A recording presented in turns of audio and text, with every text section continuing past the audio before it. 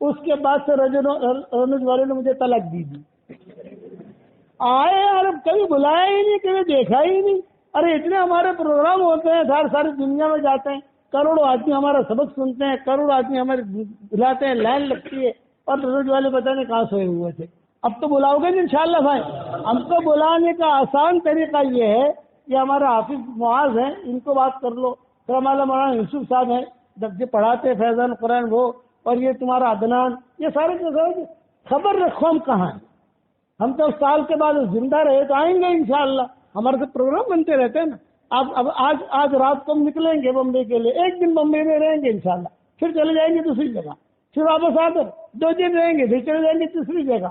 تو کیا لوگ مجھ سے پوچھتے ہیں مول صاحب تمہارا ایڈریس, تو ہمارا ایڈریس کبھی عرش پر, کبھی فرش پر, کبھی در بدر, کبھی ان کے گھر. غم عاشقی تیرا شکریہ کہاں کہاں سے گزر گئے. اب بتاؤ 313 پڑھو گے انشاءاللہ. ایک ہدیہ اور دے دیتا ہوں. آج کل لوگ بہت پریشان ہیں قرضوں میں, جنات میں, جادو میں, نظر میں, بہت پریشان ہے. دھندا نہیں چلتا, لڑکیوں کے طلاق کے مسئلے آ جاتے ہیں, میاں بیوی محبتیں نہیں ہوتی, بہت مسئلے چل رہے ہیں. ایک آسان وظیفہ بتا رہا ہوں, کرو گے انشاءاللہ. کیونکہ یہ مسجد ہے, اس کے 4 کونے ہیں, ہر گھر کے 4 کونے ہوتے ہیں. ہر کونے کے اندر دن میں 4 مرتبہ آیت الکرسی پڑھ لینے کی. مثال دے رہا ہوں, مسجد ہے, 1 مرتبہ آیت الکرسی یہاں پڑھ لی, دم کر دیا. 1 مرتبہ آیت الکرسی وہاں پڑھ لی, دم کر دیا. 1 مرتبہ آیت الکرسی یہ کونے میں پڑھ لی, دم کر دیا.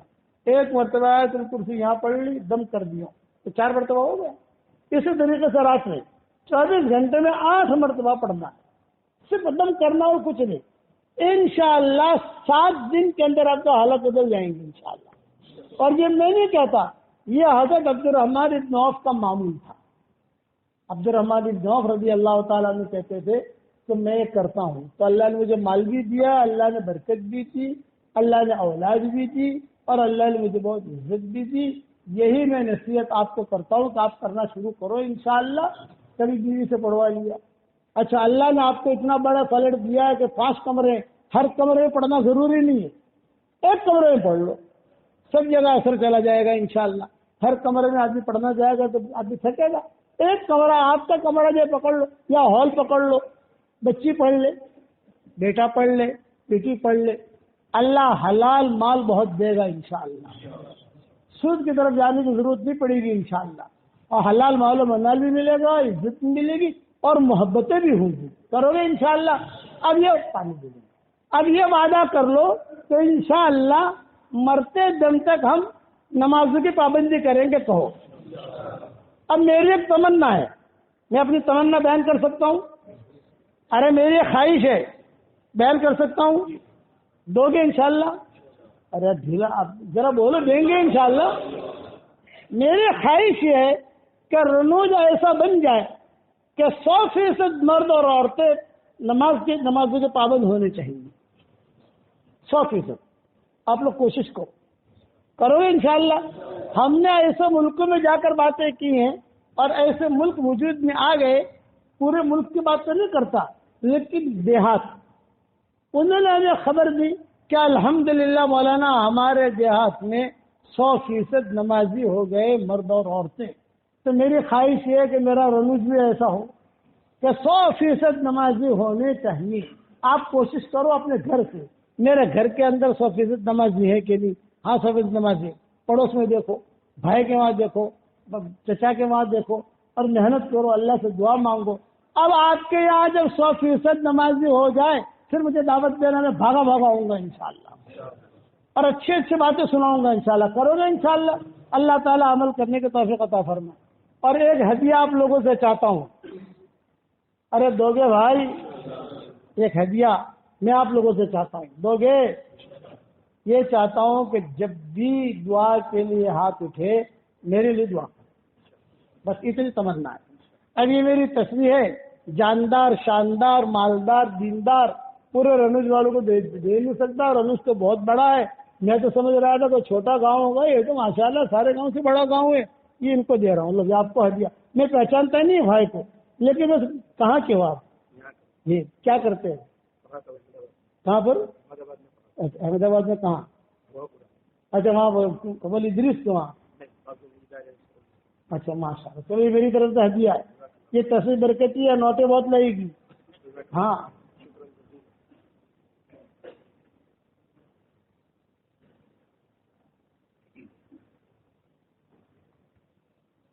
اور بھی کچھ اور کوئی تشکیل کرنی ہے. یہ سب سیوالی اجتماع میں پہنچیں گے انشاءاللہ. اور زیادہ سے زیادہ جماعتیں نکالو یار. اب کرنا بھی کیا؟ دیکھو قیامت قریب ہے، قیامت قریب ہے اور دنیا کے حالات بدل رہے ہیں. وہ تو آپ کے سامنے ہے نا، کروٹ دنیا لے رہی ہے. اب قیامت قریب ہے. اب کھیل کا یہ زمانہ نہیں ہے، اب جو ہے یعنی ذمہ داریوں کا زمانہ ہے. اس لیے غفلت میں زندگی مت گزارو. غافل جو ہوتا ہے شیطان کے جال میں آ جاتا ہے، ذاکر نہیں آتا. غافل مچھلی جو ہوتا ہے نا، غافل مچھلی وہ شکاری کے جال میں آتی ہے، ذاکر مچھلی نہیں آتی. اسی لیے علماء نے لکھا ہے زیادہ مچھلیاں مت کھاؤ. بہت زیادہ مچھلیاں کھاؤ گے تو تم میں وہی غفلت آئے گی جو مچھلی میں تھی. مچھلی بازار میں جاؤ آپ تو غفلت ملے گی آپ کو. اب قیامت قریب ہے، یہ جملہ یاد رکھنا. قیامت قریب ہے، بہت گہری بات کر رہا ہوں. کب آئے گی کچھ پتہ نہیں. اب بالکل تیاریاں ہو رہی ہیں ساری دنیا کے اندر. حضور صلی اللہ علیہ وسلم نے فرمایا قیامت کے قریب مسجد مدینہ منورہ ختم ہو جائے گا، خالی ہو جائے گا، ایک دم خالی. بلڈنگ کھڑی ہے، کوئی کھڑا ہوا نہیں ملے گا. یہاں بلڈنگ کھڑی ہے، بازار کھڑے ہیں، سونے زیورات کی دکانیں ہیں، لیکن ایک آدمی بھی نہیں، ایک عورت بھی نہیں. جنگلی جانور، جنگلی بھیڑیے، یہ سارے کے سارے دیکھیں گے کہ ہو مدینہ خالی ہو گیا، مدینہ خالی ہو گیا، مدینہ خالی ہو گیا. وہ داخل ہوں گے، جب کسی کو نہیں دیکھیں گے تو مرد نہیں ہے، کوئی عورت نہیں ہے، اور آگے بڑھیں گے اور آگے بڑھیں گے اور آگے بڑھیں گے. مسجد نبوی تک پہنچیں گے تو مسجد نبوی کے دروازے کھلے ہوئے، کوئی امام بھی نہیں، کوئی مؤذن بھی نہیں. پھر وہ ہمت کر کے اندر جائیں گے. اندر جا کر گھومتے گھومتے آپ نے فرمایا میرے ممبر تک آئیں گے اور میرے ممبر میں پیشاب کریں گے. تو صحابہ نے پوچھا کہ وہ دن جب آئیں گے تو مدینہ کا پھل کون کھائے گا؟ آپ نے فرمایا وہ جنگلی بھیڑیے کھائیں گے. اب وہ دن جو ہے نا وہ آثار شروع ہو گئے اور فرمایا کہ کعبہ کو اٹھا لیا جائے گا. لوگ رات کو طواف کر کے گھر جائیں گے اور صبح جو فجر کی نماز کے لیے آئیں گے کعبہ نہیں ہوگا. کھڑے کھڑے دیکھیں گے ارے بھی کعبہ تو یہاں تھا. نہ کوئی کہیں کہ کعبہ یہاں تھا، کوئی کہ کعبہ یہاں تھا.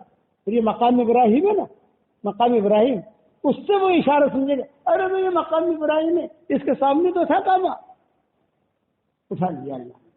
تو تم نے قدر نہیں کی تو کعبے کی قدر کر لو اس سے پہلے کہ اٹھا لیا جائے. مدینہ کی قدر کر لو اس سے پہلے کہ وہ حالات ہے. قرآن شریف پڑھ رہے ہیں ہم، رات کو قرآن پڑھ کے سوئیں گے، صبح جب اٹھیں گے حروف اٹھا لیے جائیں گے، کاغذ رہے گا. جانور نکلے گا اس وقت میں لوگوں کے نام بھی ختم ہو جائیں گے. عبداللہ، عبدالرحمان، کچھ نہیں. وہ ایک کے بعد ہوگا یا مومن یا کافر، یا مومن یا کافر، سب کے نام ختم. ابھی تو دنیا میں نام ہے نا، عبداللہ، عبدالرحمان، یونس، اسماعیل، عبدالعزیز اور عتیق، یہ سارے نام ہیں. اس وقت میں سارے نام ختم. کیا کہے گا؟ یا مومن یا کافر، یا مومن یا کافر، یا مومن یا کافر. اب وہ دن قریب آ رہے ہیں، اس لیے اپنے ایمان کی حفاظت کرو گے انشاءاللہ. میں نے بمبئی میں بیان کیا تھا لاک ڈاؤن میں. یہ پورا بیان میرا مدینہ منورہ کا اور کعبے کا مفتی سید پالم پوری رحمۃ اللہ علیہ نے سنا.